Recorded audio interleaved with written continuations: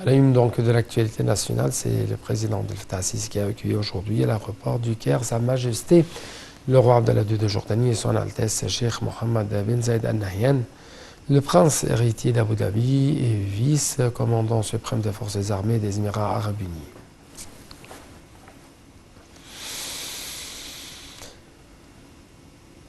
Dans le cadre de la célébration du 40e anniversaire de la libération du Sinaï, le président Abdel Fattah al-Sisi a déposé une gerbe de fleurs sur les mémorials du soldat inconnu en l'honneur des martyrs des forces armées dans la région de Medina Nasr.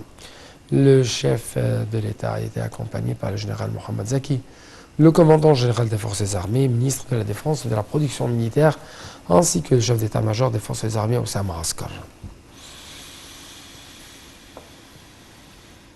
Le président Sisi a reçu des messages de vœux de la part du Premier ministre et du ministre de la Défense et de l'Intérieur à l'occasion du 40e anniversaire de la libération du Sinaï.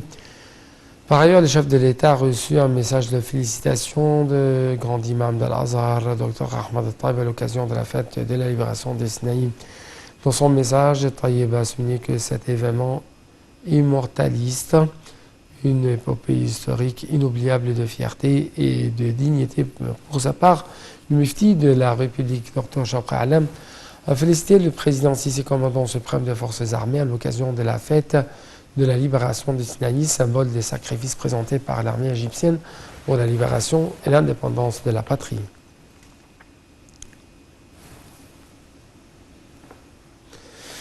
Le président Abdel Fattah al-Sisi a adressé un message de vœux au pape Théodore II, pape d'Alexandrie et patriarche de siège de Saint-Marc, à l'occasion de la célébration de Pâques.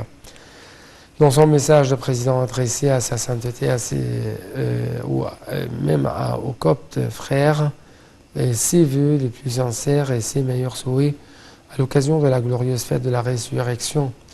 La glorieuse fête de la résurrection qui consiste cette année avec le mois sacré de Ramadan en Égypte, berceau des révélations divines, né qu'en l'occurrence qu'un appel pour s'attacher de plus en plus aux nobles valeurs religieuses. Le président Sisi a par ailleurs adressé des messages de vœux aux Égyptiens chrétiens expatriés qui ont été transmis à travers les ambassades et les consulats d'Égypte dans le monde. Le président les a félicités à l'occasion de Pâques, exprimant ses vœux les plus sincères et leur souhaitant bonne chance et un succès pérenne.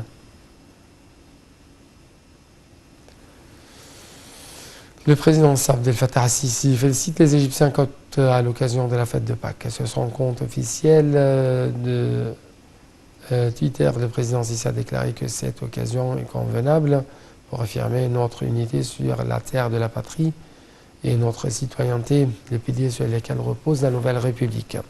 Son Excellence a ajouté que l'Égypte a fait des pas importants sur le chemin de la citoyenneté, que le chemin est encore devant nous, et grâce à notre unité, nous insistons à l'achever jusqu'au bout. Vive l'Égypte. Fin de citation présidentielle.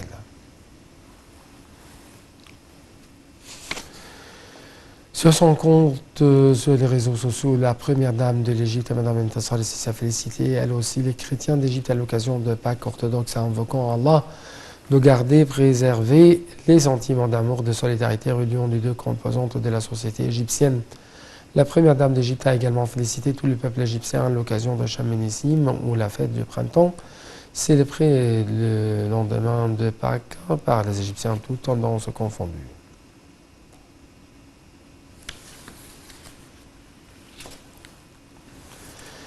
Le pape Théodore II, pape d'Alexandrie et patriarche de l'Église copte orthodoxe, a présidé hier soir la messe de Pâques à la cathédrale d'Al-Abbasiyya.